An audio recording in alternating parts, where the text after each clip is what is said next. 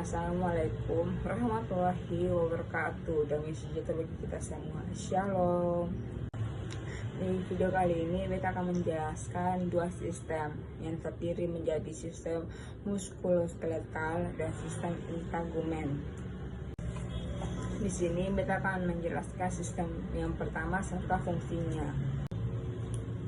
Di sini saya akan menjelaskan sistem yang pertama, yaitu sistem muskuloskeletal.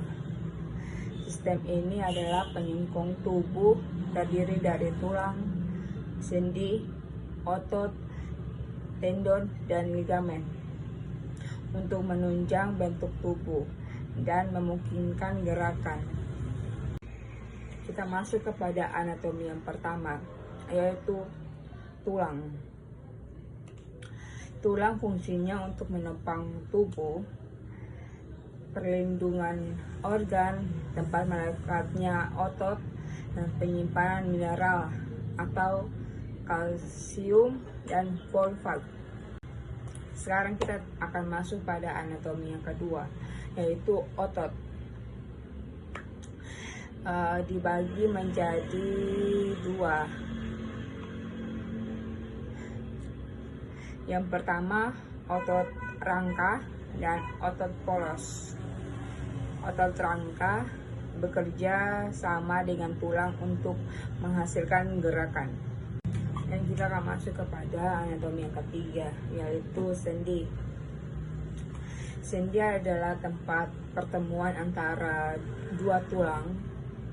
Yang pertama, sendi mati dan sendi kaku. Dan kita akan masuk pada anatomi yang terakhir, adalah ligamen dan tendon. Ligamen adalah jaringan yang mengikat, yang menghubungkan tulang dengan tulang. Dan kalau untuk tendon, jaringan ikat yang menghubungkan otot dengan tulang. Di sini beta akan menjelaskan gangguan apa-apa saja yang ada pada sistem muskuloskeletal, yaitu osteoporosis adalah kerapuan tulang akibat penurunan massa tulang. Yang kedua, fraktur. Fraktur patah tulang yang terjadi akibat trauma. Yang ketiga, atrofi otot. Pengecilan otot karena kurang digunakan. Sekian. Dan kita akan masuk kepada sistem yang kedua, yaitu sistem integumen. Sistem integumen adalah sistem organ yang meliputi kulit, kuku, kelenjar, dan rambut, yang berfungsi untuk melindungi tubuh kita. Kata integumen berasal dari bahasa Latin, yaitu integumentum, yang berarti penutup atau pelindung. Dan next kita akan ke struktur sistem integumen. Yang pertama, kulit. Kulit merupakan organ terbesar pada organ tubuh manusia. Dan kulit juga terdiri menjadi 3 lapisan.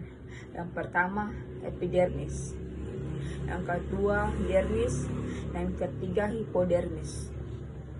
Dan kita akan lanjut kepada struktur yang kedua, yaitu rambut.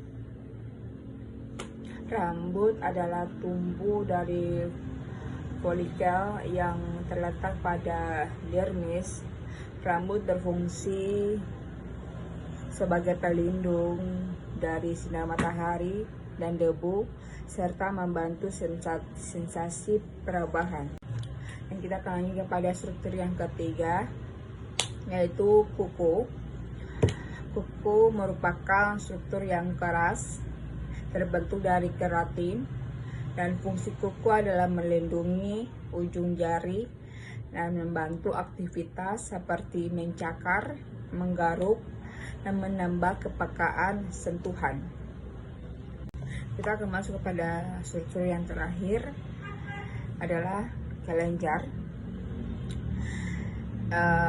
Kelenjar terbagi menjadi 3, yaitu kelenjar keringat, berfungsi untuk mengatur suhu tubuh, memproduksi keringat. Dan kelenjar yang kedua yaitu kelenjar minyak menghasilkan sebum untuk melembabkan tubuh dan rambut. Yang terakhir, kelenjar mamaria khusus pada wanita untuk menghasilkan air susu. Dan kita akan masuk pada fungsi integumen yang terbagi menjadi beberapa bagian. Yang pertama, sebagai pelindung tubuh dari trauma mekanis, kimiawi maupun biologis.